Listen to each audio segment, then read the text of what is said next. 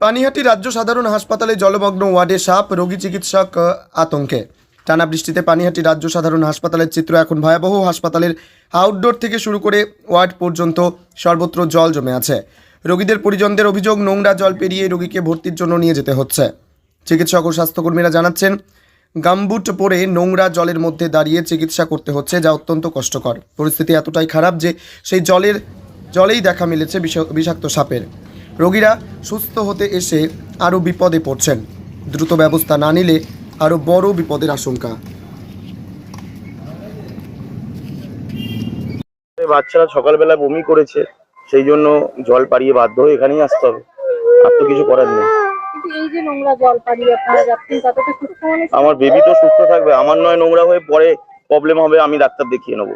ঠিক আছে, উপায় নেই তো ম্যাডাম, বলেন উপায় যা অবস্থা এর মধ্যেই তো আমাদের সবকিছু করতে হবে, বাধ্য হচ্ছে।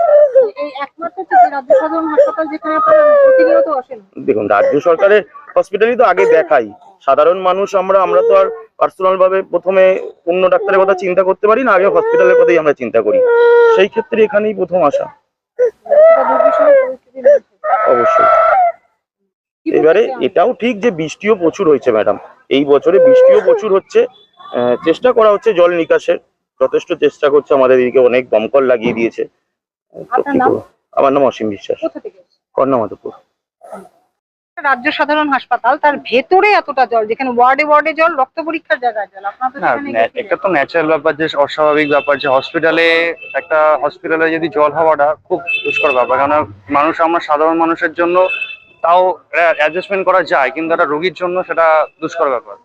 কারণ একটা ঠান্ডা এখনকার যে বৃষ্টিতে এখন ন্যাচারাল ব্যাপার, যে এখন ঠান্ডা জ্বর যেরকম লাগছে, সেটা যদি এরকম জল থাকে না, অনেকটা প্রবলেম হয়, মানুষের খুব অসুবিধা হবে। এটা অসুবিধা কি, এটা জলের জন্য। আর এখানে জল ন্যাচারাল জল, মানে ভালো জল না, খারাপ জল। কিন্তু হসপিটালের মধ্যে অনেক রোগী থাকে, তাদের একটা পয়জন থাকে, তো সেটার জন্য জলটাও কিন্তু মানে খারাপ জল হয়ে যায়। সুস্থ হতে এসে এখানে অসুস্থ হয়, এটা স্বাভাবিক, এটা অনেক জায়গায় হয়। মানে এটা আপনারাও তো যে রোগী যাকে দেখতে আসছেন বা রোগীর পরিষেবা নিতে আসছেন, চিকিৎসা পরিষেবা, তাতে তো আপনাদেরও তো প্রচন্ড অসুবিধা হচ্ছে। অবশ্যই তো হবে, অসুবিধা হচ্ছে তো। কারণ এই আমার ওয়াইফ প্রেগনেন্ট, তো তার স্বাভাবিক একটা, যদি তার ঠান্ডা লেগে যায়, এখন আপনি জানেন যে এখন ঠান্ডা ওষুধ খাওয়া যায় না, এই যদি জলে এসে যদি ঠান্ডা লেগে যেত, তো সেটা তো অস্বাভাবিক ব্যাপার। কিন্তু বাধ্য তো হতেই হবে, এখন ডাক্তার আর দেখাতে হবে, এখানে কিছু করার নেই, জলের মধ্যেই আসতে হবে।